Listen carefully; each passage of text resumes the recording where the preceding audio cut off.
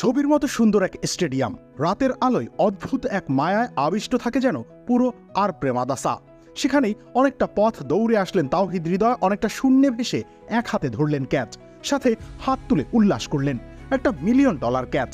মূল ম্যাচে এরকম একটা ক্যাচ ধরতে পারলে সেটা ইতিহাসের পাতায় লেখা হয়ে থাকবে। মূল ম্যাচের জন্য শুধু এরকম ক্যাচ নয়, ব্যাটিংয়েও বাড়তি জোর দিলেন তাওহিদ হৃদয়।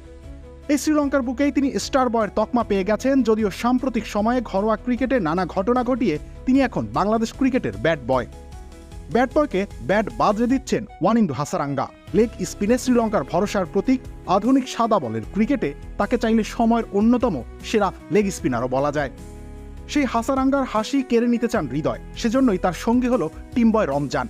টিমবয় বলে তাকে খুব একটা অবজ্ঞা করার উপায় নেই, চাইলে তাকে এখন বাংলাদেশের সেরা টার্নারও বলা যায়। তিনি আজকাল নেটে নিয়মিতই বাংলাদেশের ব্যাটারদের ভোগাচ্ছেন। সেই রমজানকে তাওহিদ হৃদয়ের মোকাবেলা করার অর্থ একটাই, ওয়ানিন্দু হাসারাঙ্গা। প্রথমে রমজান, এরপর থ্রোয়ারকে সাথে নিয়ে ব্যাটিং করলেন। শুধু লেগ স্পিন নয়, সব রকমের স্পিনেই খুব একটা সাবলীল নন তাওহিদ হৃদয়। বল স্লটে পেলে আবার তার থেকে বড় হিটার বাংলাদেশে তেমন একটা নেই, কিন্তু অ্যাগেনস্ট দ্য স্পিনে খেলতে গেলেই মুশকিল হয়।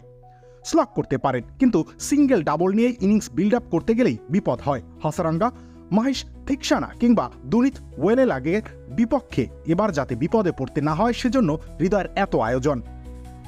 তাওহিদ হৃদয়ের ব্যক্তিগত দুঃসময়টাও ভাঙা জরুরি। সাদা বলের গেল কিছু ম্যাচ ভালো যায়নি। ভালোর শুরুটা শ্রীলঙ্কার ময়দানে হয়ে গেলে সেটা লঙ্কানদের আদরের স্টার বয়ের জন্য তো বটেই, বাংলাদেশের জন্য প্রচণ্ড ইতিবাচক একটা ব্যাপার হতে পারে।